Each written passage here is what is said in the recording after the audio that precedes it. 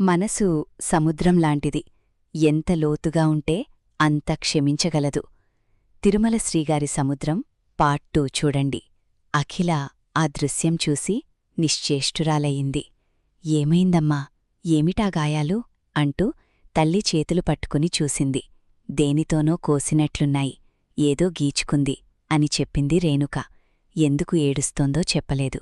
తల్లిని తన గదికి తీసుకువెళ్ళి గాయాలకు మందుపూసి కట్టుకట్టింది అఖిల. ఆమెకేదో అనుమానంగా ఉంది. ఆ సమయంలో రాధాకృష్ణ డ్రాయింగ్ రూంలో ఎవరో వస్తే మాట్లాడుతున్నాడు. అమ్మా, నిజం చెప్పు, నీకు మంచి చెయ్యాలి అనుకుని చెడు చేశానా నేను? బాబాయ్ చెడ్డవాడా? నిన్ను కొట్టాడా? ఎందుకేడుస్తున్నావ్ అంటూ తల్లిని నిలదీసింది. అప్పుడు రేణుక, ఈ దెబ్బలకు అతను కారణం కాదు తల్లి, నేనే చేసుకున్నాను. అతను చాలా మంచివాడు, నన్ను బాగానే చూసుకుంటాడు. కాని అప్పుడప్పుడు నన్ను తన స్నేహితుడి దగ్గరకు తీసుకువెళ్తుంటాడు. అతనితో గదిలో నన్ను ఒంటరిగా విడిచిపెట్టేసి తాను బయటకు వెళ్ళిపోతాడు. ఆ వ్యక్తి పలుకులు నాకు నచ్చవు. అక్కడికి వెళ్లడం నాకిష్టంలేదు. నేను అక్కడికి రానన్నానని ఇప్పుడు ఆ వ్యక్తిని ఇంటికే తీసుకొచ్చాడు అంది. కొయ్యబారిపోయింది అఖిల. రాధాకృష్ణ అలాంటివాడా? నమ్మలేకపోయిందామె. అంతలోనే ఆగ్రహం, ఆవేశం పెనవేసుకోవడంతో విసురుగా రాధాకృష్ణ దగ్గరకు వెళ్ళింది. బాబాయ్, ఇతను ఎవరు? అమ్మ చెబుతున్నది నిజమేనా అనడిగింది కోపంగా. మొదట తెల్లబోయినా తేరుకుని, అమ్మ నీతో ఏం చెప్పిందో నాకు తెలియదు అఖిల. ఇతను నా స్నేహితుడు డాక్టర్ వెంకటేష్ అన్నాడు ఆ వ్యక్తిని పరిచయం చేస్తూ. వెంకటేష్కి 40 ఏళ్లు ఉంటాయి. తల్లి చెప్పిన విషయాలు చెప్పింది అఖిల. ఓ క్షణం అక్కడ భయంకర నిశ్శబ్దం అలముకుంది. తరువాత నిశ్శబ్దాన్ని చీలుస్తూ, మిస్ అఖిల, నీతో ఓ ముఖ్యమైన విషయం మాట్లాడాలి. అలా బయటకు వెళ్ళి మాట్లాడుకుందామా అనడిగాడు వెంకటేష్. అనిశ్చయంగా చూసింది అఖిల. నేను ఇంట్లో ఉంటాను, నువ్వు వెళ్ళిరా అని రాధాకృష్ణ అనడంతో సంశయిస్తూనే వెంకటేష్తో బయల్దేరింది ఆమె. సమీపంలోని కాఫీ షాప్లో కూర్చున్నారిద్దరూ. కాఫీ త్రాగుతూ వెంకటేష్ చెబుతున్న దానిని అవాక్కై ఆలకిస్తూ ఉండిపోయింది ఆమె. రేణుక మానసిక ఆరోగ్యం బాగోలేదు. కొన్నేళ్లుగా ఆమె స్కిజోఫ్రీనియా అనే మానసిక రుగ్మతతో బాధపడుతోంది. ఆ వ్యాధి లక్షణాలు ఆ వ్యక్తి యొక్క ఆలోచనలను, భావోద్వేగాలను, ప్రవర్తనను తీవ్రంగా ప్రభావితం చేస్తాయి. అందరిలా సాధారణంగా ఉండరు. భావోద్వేగాలు అధికమైనప్పుడు తమను తామే గాయపరుచుకోవడం, పెద్దగా అరవడం, అకారణంగా ఏడ్వడం వగైరాలకు పాల్పడతారు. ఏవేవో ఊహించుకుని తీవ్ర భావోద్వేగానికి, ఒత్తిడికి గురవుతుంటారు. అఖిల, రాధాకృష్ణ నాకంతా చెప్పాడు. మీ నాన్న మిమ్మల్ని విడిచిపెట్టి వెళ్ళిపోయాక ఆఘాతాన్ని సున్నితమైన మీ అమ్మ మనసు తట్టుకోలేకపోయింది. బెంగ, బాధ, భవిష్యత్తు మీద భయము, ఒంటరితనము, మానసిక ఒత్తిడి, ఎక్యూట్ డిప్రెషన్ ఆమెలో స్కిజోఫ్రీనియాకి దారితీసి ఉంటాయని నా అభిప్రాయం చెప్పాడు వెంకటేష్. నేను ఓ సైకియాట్రిస్ట్ని. రాధాకృష్ణ ఆమెను పరీక్షించి వైద్యం చేయించే నిమిత్తం నా దగ్గరకు తీసుకువస్తుంటాడు.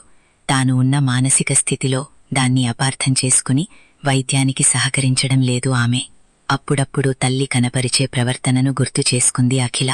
చిన్నపిల్లగా ఉన్నప్పుడు తనకు ఏమీ తెలిసేది కాదు. ఎదిగే కొద్దీ తల్లి ప్రవర్తనలోని తేడాని గమనించేది. ఆమె తరచూ గాయాల పాలవడం, ఎలాగో తగిలాయని చెప్పడం, అర్ధరాత్రి వేళ లేచి కూర్చుని ఏడ్వడం, అకారణంగా ఆరవడం, ఏమిటేమిటో మాట్లాడడం వగైరాలు చేసేది. ఇతరులతో కలవడానికి పెద్దగా ఆసక్తి చూపేది కాదు. ఇన్నేళ్లూ తన మనసులో గూడకట్టుకున్న బాధను ఎవరితోనూ పంచుకోలేకపోవడంతో ఆ రుగ్మత కొనసాగింది. ఆవిడను పరీక్షించాను నేను. ఇప్పుడు తనకంటూ ఓ తోడున్నందున సానుభూతితో మనమిచ్చే చేయూత, వైద్యం ఆమెను మళ్లీ మామూలు మనిషిని చేయగలవన్న నమ్మకం నాకుంది అన్నాడు వెంకటేష్. అమ్మా, నేను సావధానపరుస్తాను, స్వయంగా చూసుకుంటాను.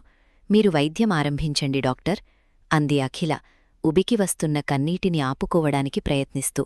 ఆ తర్వాత అఖిల ఎక్కువ సమయం తల్లితో గడపనారంభించింది. ఇన్నాళ్ళూ నాకోసం అహోరాత్రులూ కుట్టుమిషన్ దగ్గర శ్రమించావు నువ్వు. మనిషివి బలహీనపడిపోయావు. అందువల్ల వయసుతో వచ్చే సమస్యలు తల ఎత్తకుండా ముందు జాగ్రత్తగా బాబాయి నిన్ను డాక్టర్ వెంకటేష్కి చూపించి ఏవో విటమిన్ టాబ్లెట్స్ని ఇప్పిస్తున్నాడు. అందులో వచ్చే నష్టమేమీ లేదు.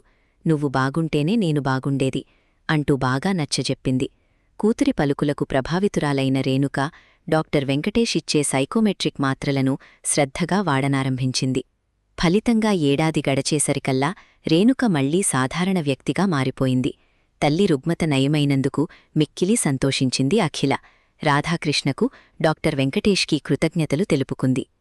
అమ్మా, ఇంటి ఎదుట చెట్టు క్రింద కూర్చునే ఆ ముష్టివాడు 2 రోజులుగా కనిపించడం లేదు అంది అఖిల తల్లి దగ్గరకు వచ్చి.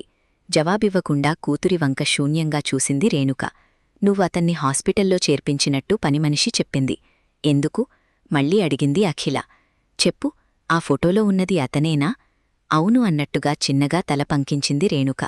అతను క్యాన్సర్ రోగి, అవసాన దశలో ఉన్నాడు అంది సన్నగా కంపించే స్వరంతో మెల్లగా. అయితే? కోపంతో రెట్టించింది అఖిల. వీధిన పోయేవారందరికీ వైద్యం చేయించవలసిన అవసరం మనకేమిటి?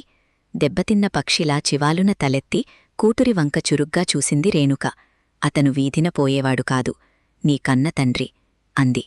ఓ క్షణం స్తబ్దుగా ఉండిపోయింది అఖిల. తన అనుమానం నిజమే అయింది. ఆ ఫోటోలో ఉన్నది అమ్మ, నాన్న, తను. మనల్ని గాలికి వదిలేసి స్వార్థంతో చెప్పాపెట్టకుండా వెళ్ళిపోయిన వ్యక్తి నాన్న ఎలా అవుతాడు? నాకు అమ్మ, నాన్న, నువ్వే ఆవేశంగా అంది అఖిల. ఈరోజు క్యాన్సర్తో బాధపడుతూ చూసేవాళ్లు లేకపోవడంతో మనం జ్ఞాపకం వచ్చామా? అతనికి సిగ్గు లేకపోతే నీ బుద్ధి ఏమయింది? అక్కున చేర్చుకుని ఆసుపత్రిలో చేర్పించావు? ఆపు అంటూ అరిచింది రేణుక. అతను నీకు నాన్న కాకపోవచ్చును, కాని ఒకప్పటి నా భర్త. తప్పులు అందరూ చేస్తారు. ఆ తప్పు తెలుసుకుని తిరిగి వచ్చినవాణ్ణి, అవసాన దశలో మనల్ని చూడాలన్న కాంక్షతో వచ్చిన అతన్ని, దయనీయమైన స్థితిలో ఉన్న అతన్ని గాలికి వదిలేయడం నాకు చేతకాదు. దుఃఖం ముంచుకు రావడంతో చేతుల్లో ముఖం కప్పుకుంది. అది కాదమ్మా, అతని బాధ్యతారాహిత్యం వల్లే కదా మన జీవితాలు ఇలా రోడ్డున పడ్డాయి. అఖిల, స్త్రీని క్షమయాధరిత్రి అని ఎందుకన్నారో తెలుసా? ఎలాంటి తప్పిదాన్నైనా క్షమించి ఆదరిస్తుందని. ఆడదాని మనసు మహాసముద్రంలాంటిది. సముద్రంలాగే స్త్రీ మనసు కూడా అగాధం. సంతోషం, విచారం, కష్టం, సుఖం, బాధ, కన్నీరు అన్నింటినీ ఇముడ్చుకుని పైకి గంభీరంగా ఉంటుంది. అమ్మా, బేలగా అంది అఖిల.